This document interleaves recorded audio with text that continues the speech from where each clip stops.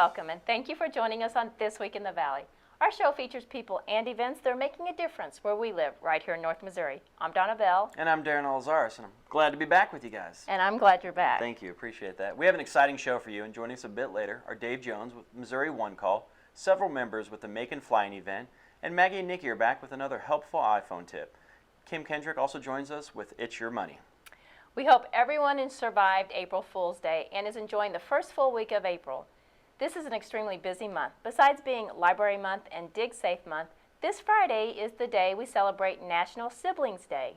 This Friday is the time for those of us fortunate enough to have brothers and sisters to remember and give thanks for the special bond we share. Our siblings are often our oldest friends and earliest companions, the people who we know best and with whom we've shared all the joys and sorrows of life. You can celebrate by sending your sibling a card, a gift, or a phone call. Invite them over for a barbecue, perform a good deed, a favor, an errand, or a chore, and in cases of deceased siblings, consciously hold them in your memory. A bit of history on how Siblings Day started. Founder and director of the Siblings Day Foundation, Claudia Evert, lost two siblings in separate accidents early in life. Evert chose April 10th as Siblings Day because it's the birthday of her late sister, Lizette.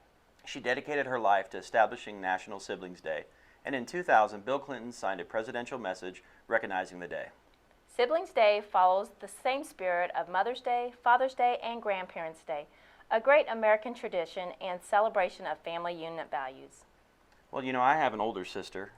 Don't really get to see her all that much. She lives back in the Bay Area where I grew up, but we do have a bond of brother and sister and enjoy getting together every now and then. Yeah. Well, I'm one of 6, and I love all my siblings. They all live away from here, and they all live very close, so when we come home to visit, it's always a very special time. So that's great. Yes. Missouri One Call system protects underground facilities, the public safety, and the environment. This month, they will once again celebrate National Safe Digging Month. We caught up with our first guest, Dave Jones, with Missouri One Call at Salisbury Elementary, where he spoke with Jill Ratliff's 3rd grade class about the importance of calling 811 before you dig.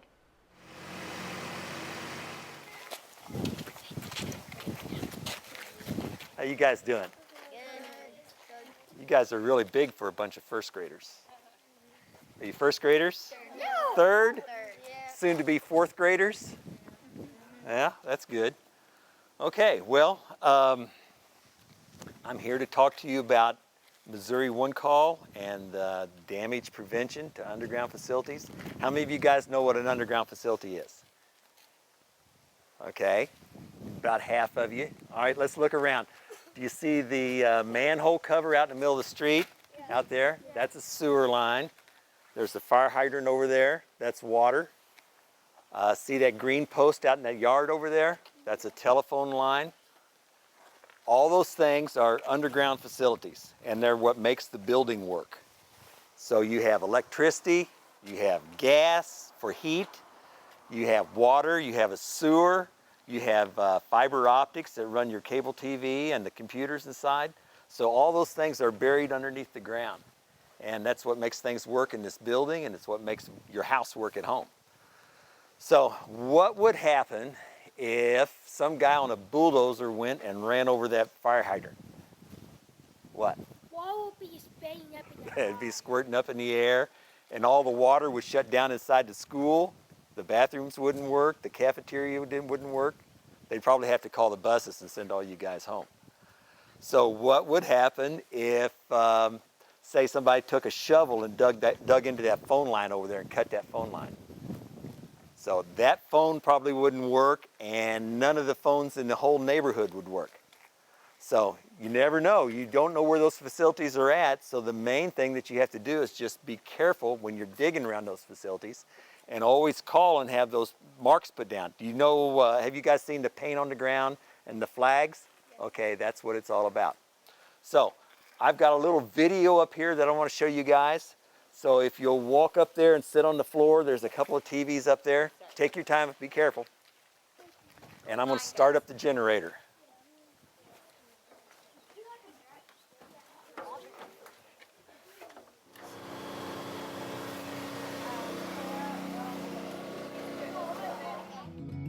It started out as a pretty normal afternoon. Jenny and I just goofing around, you know, kid stuff.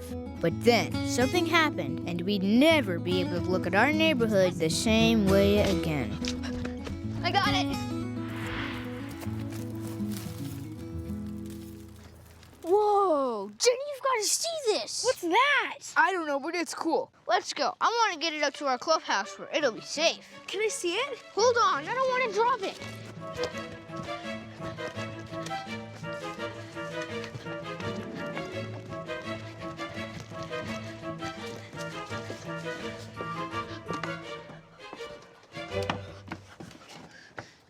Wow, neat! I'll bet we can see all kinds of stuff with this thing. Planets, cool birds. A weird pirate, dude. Oi, you up there! That's my spyglass! You don't even know how to use it, honestly. What do you mean? How many ways are there to look through a spyglass? Well, I'm glad you asked. May I come aboard? Thank you.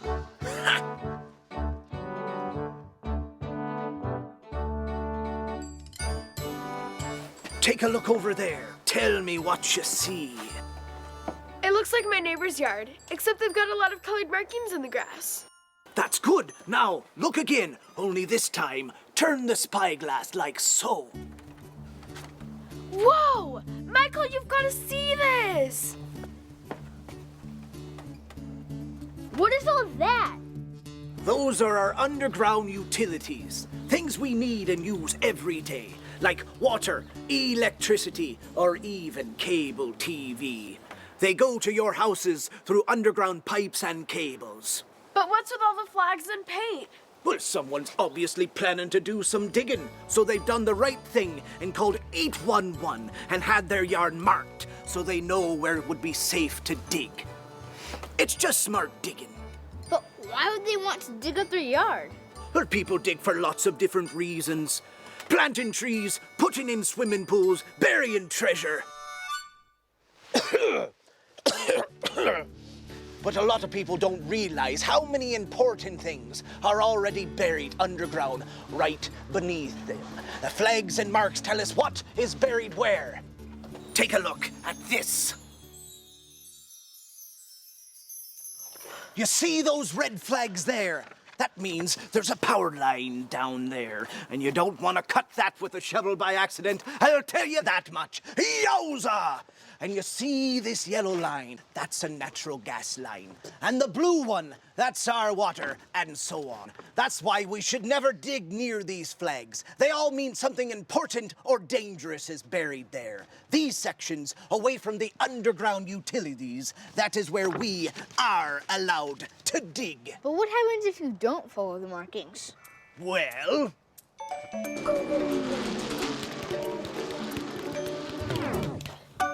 What happened? But how do you know where all the safe areas are? Who puts down the marks? well, that's the most magical part. All you do is call 811 a few days before you want to dig, and an expert will come and mark where it is and isn't safe to dig. All you do is make the call, know how to read and respect the marks once the utilities have been located accurately, and dig carefully. Hey, look! Mr. Casey is putting in a new mailbox. Let me see. Oh no, Mr. Casey is really close to some of those underground lines, and he doesn't even know it! Mr. Casey!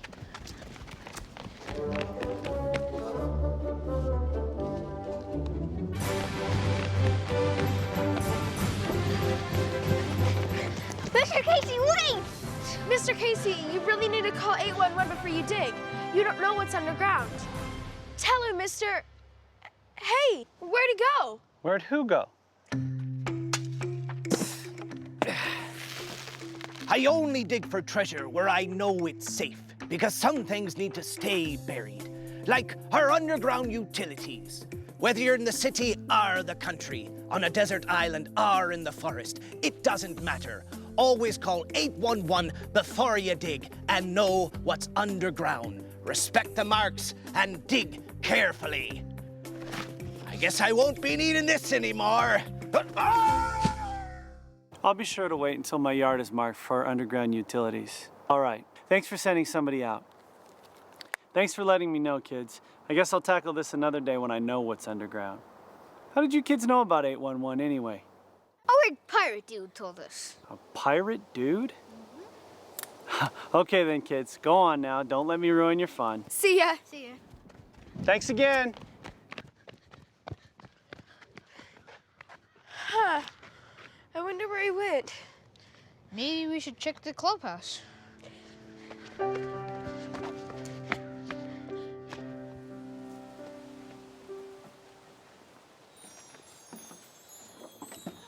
Whoa! Michael! Remember, call 811 before you dig and know what's below. It was that day our clubhouse got its very first piece of treasure. But more importantly, we learned that there's a whole lot more underground than we ever imagined. And we have to do our part to keep our neighborhood safe. That means calling 811.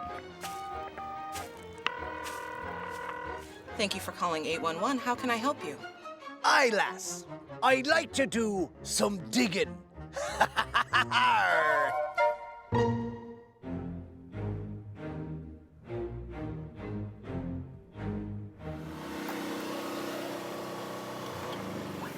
Did you guys like that?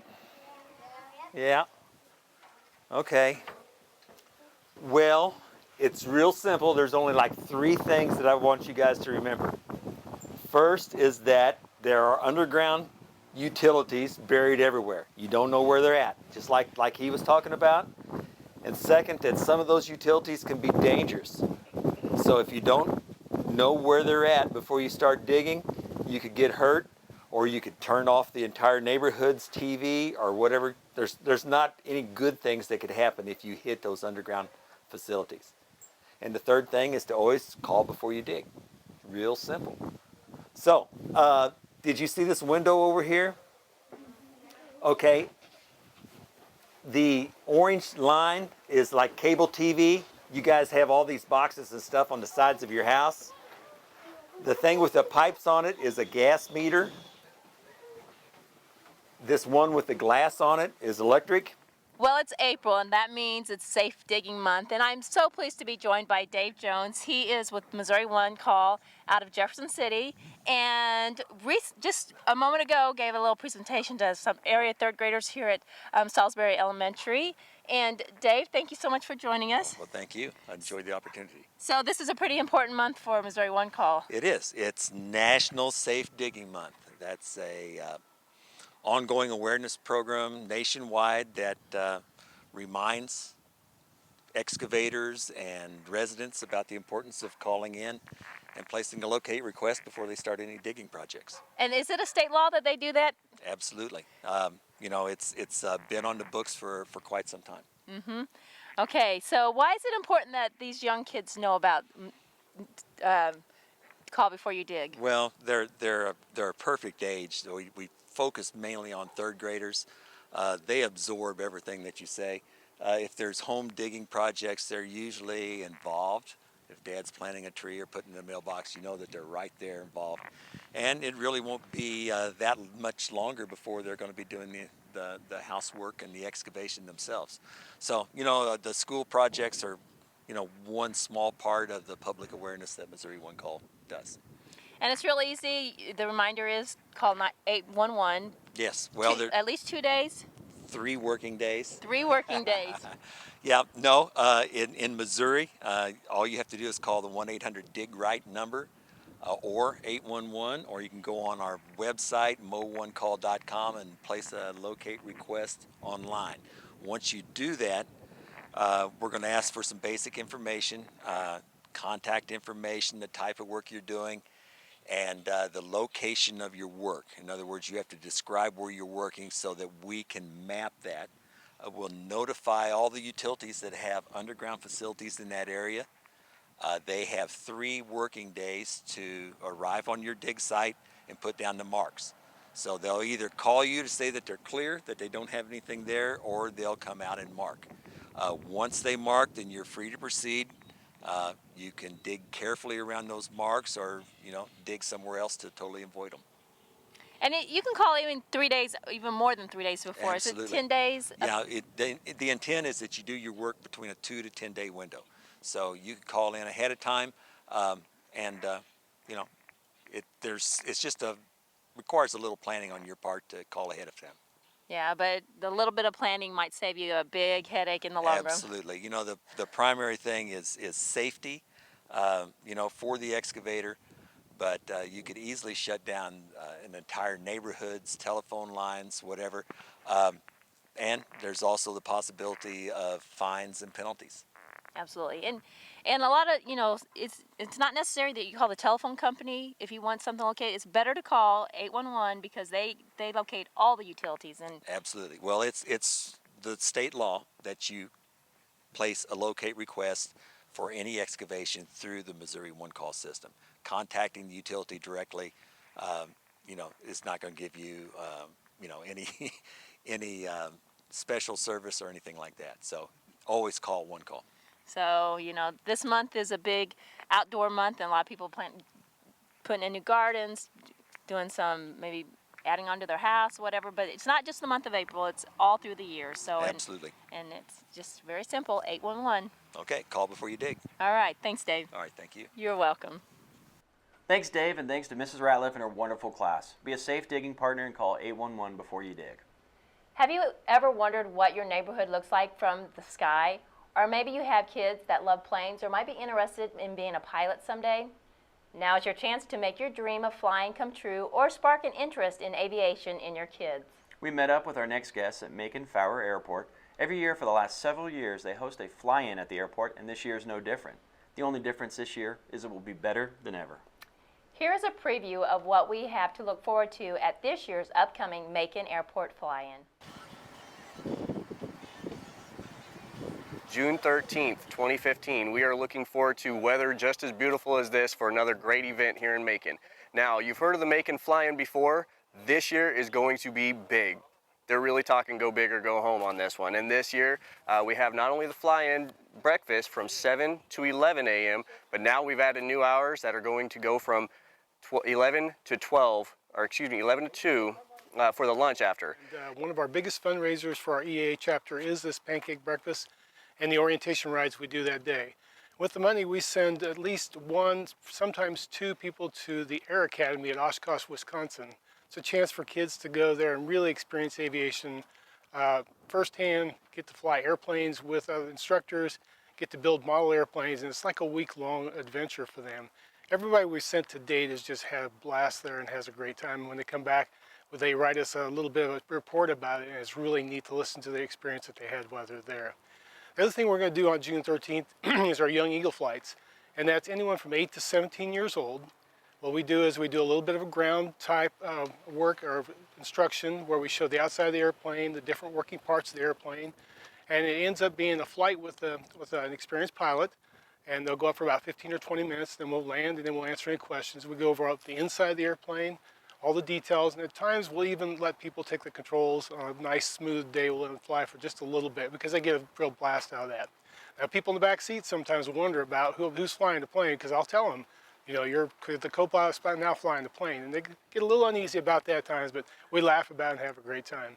It's a great experience for us. We love doing it. I have almost 200 missions on Young Eagles, and I enjoy every flight, and everyone's unique. I've had everything from people just saying nothing at all during the flight to as soon as you take off, they scream the whole time you're going, which is a little hard. You have to turn the headset down because it gets a little loud in there, but it's a fun time. We enjoy doing it, and this chapter has done Young Eagles for a lot of years, but the Young Eagle program has been in place since 1992, and over that period of time, they've flown about 1.8 million kids in that program. So, the Vanguard Squadron is a group of 4 RV-4s, I believe.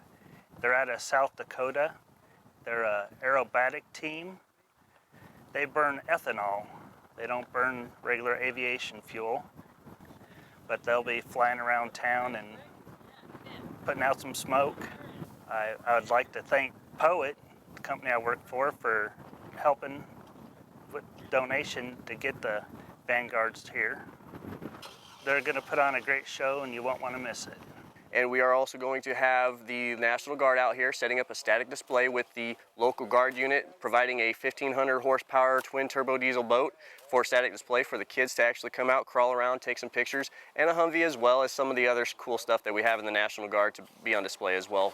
Uniforms and stuff like that for the kiddos to try on. Okay, well, Zenith Aircraft is going to bring and set up an exhibition booth here and show us a little bit about how to build an airplane and how to build wings, and they're also going to bring one they've already built, and we'll be able to see him fly, and he'll possibly be given exhibition rides. I don't know about that, but so that'll be here in this hangar, set up in this hangar, so that should be a pretty good little display for us. This is kind of my pride and joy. It's a 02 Maul, M7 Maul. If you notice, it's got the big tires on it, so you can land in the creek, and you can land out in the pasture if you want to, or sandbar, and so that's kind of what I like to do. So we are so blessed as a city to be able to offer this to our community and the folks that are so active in aviation.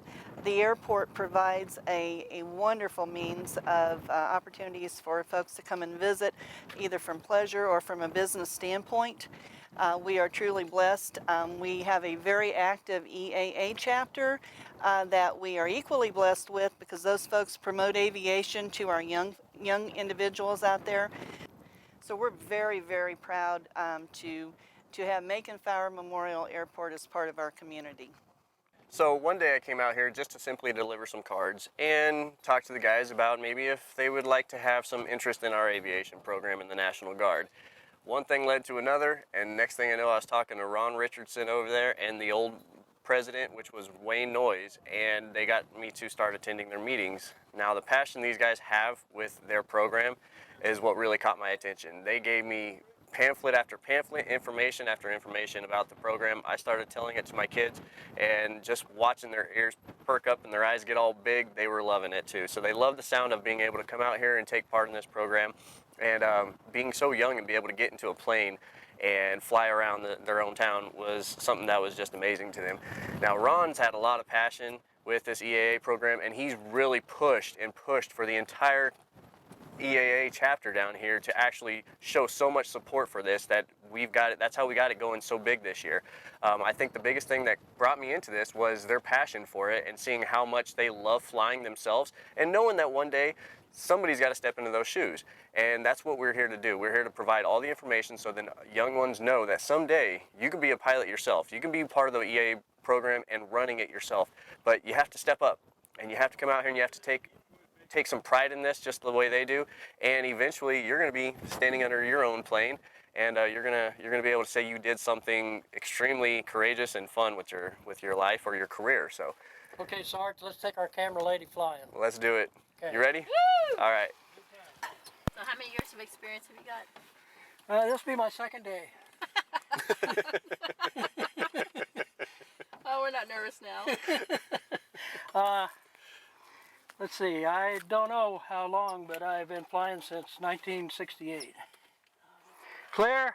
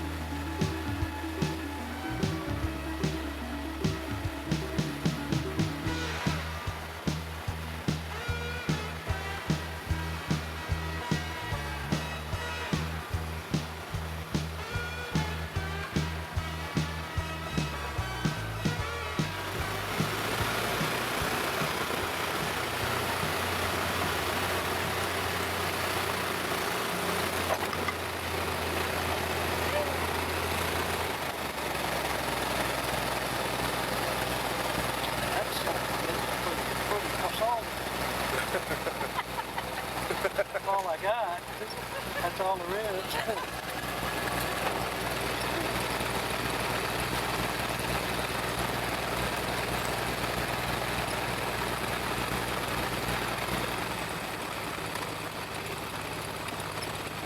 About 4 miles faster than they say this airplane landed. So as you've gotten all this information, mark it down on your calendars, make sure you attend. You're gonna love it, you're gonna have a great time. Bring the young ones out, bring the old folks out that are gonna wanna see and get some of this experience. And also, I'm putting you on the spot, Votex. I expect all of you from all of the surrounding communities to come out and attend this event so then we can actually bring some really good passion about these airplanes and see who is all extremely interested in helping attend these events like this. So we appreciate it and we look forward to seeing you out here.